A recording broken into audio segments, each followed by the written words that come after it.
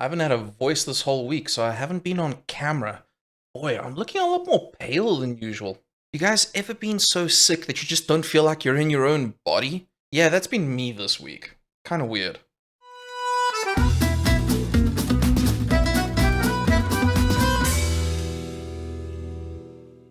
Well, if I wasn't so sick, you would have seen me on Twitch this week, Mondays, Tuesdays, and Thursdays.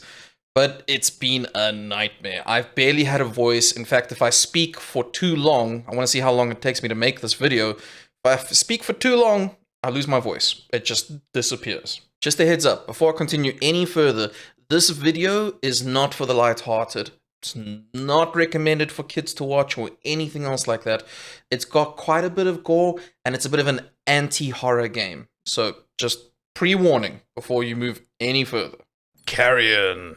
Before we start, just want to put it out there that again, this is a reverse horror. So before we continue, expect some grotesque things. This game actually had a lot of hype around it for an indie developed game. You play as a tentacle-grabbing biomass trying to eat humans as you make your way through this puzzle-like world. Can I just mention, I don't generally like horror games. Boy, did I enjoy this one. It actually has pretty decent 2D graphics, and as I said before, it's quite gory. As you move this biomass around, the tentacles grab on everything to pull itself from corner to corner. The visualization is actually quite strong, watching the individual tentacles drag you through. And it doesn't stop there. If you look around, anywhere you've been, there's blood dripping. Or even if you stay stagnant in one place for too long, you'll see the blood dripping through the roof, down onto the surrounding levels below. And the sound effects are just as grotesque. If you happen to catch your prey and you start noming on him, you can hear the crunching of bones as you feast on your prey. The premise of the game is quite simple: escape.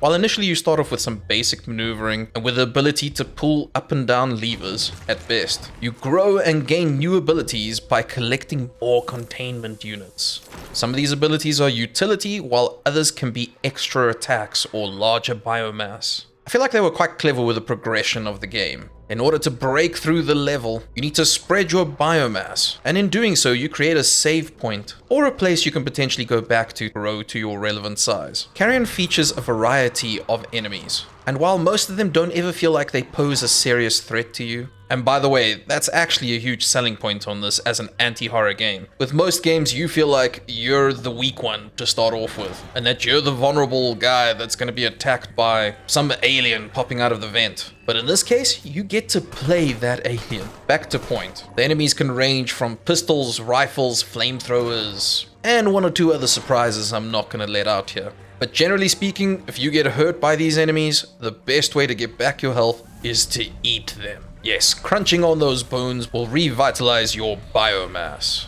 A fun feature of this game is their puzzle-solving levels. Sometimes you'll be required to shrink and grow in order to use some of your older abilities. That's right, you have different stages of your biomass, and each stage has its own unique abilities. So sometimes you'll want to get smaller and drop off some biomass, so you can get past an area that needs you to web it. Sometimes you need the bigger abilities. Again, try not to give away anything here. This feature actually plays well into combat too. You may start off as a huge biomass, fighting off multiple people, but as you start losing your biomass being shot at, your abilities change, and the combat will require you to be a little bit flexible in that regard. Now, normally I'd talk about some cons of this game, and who this is probably not for. I think at worst case scenario, pretty much only a squeamish person isn't going to enjoy this. Honestly, I feel like this caters to a lot of people. The one gripe I had with this game is that one can get utterly lost. The game could have used some kind of map system. It isn't always obvious which is the right direction to go, or where you've been, but honestly, it's a small gripe for me. On a personal front, this is a game I didn't know I wanted to play. And take note, I didn't know I wanted to play this. I enjoyed this power trip of being this giant biomass, running around eating and tearing apart the humans. Overall, it was roughly a short experience for me with about 6 hours, and I still had a few collectibles I could have gone and unlocked. But I must say, this is going on my recommended list for sure. Yeah, so go take a look at the game. It's pretty cheap in South Africa. I'm hoping it's cheap for the rest of you guys in the world. It's an indie studio that got picked up by a pretty big publisher. So why not? So if you like this video, do the YouTube things, like, subscribe, hit that bell, all those things that you need to increase this video's likeness, ability-ness. And before I get too ridiculous, Twitch guys, I do stream on Twitch when I'm not sick and when I'm actually have a voice. Mondays, Tuesdays, and Thursdays. Links in the description below. But for today, that's gonna be it.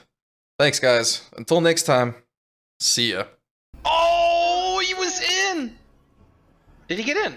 He did get in. I can't get up. I don't know how. Use the staircase if you have to. Although Jojo's coming right at you. Nice! What a dodge!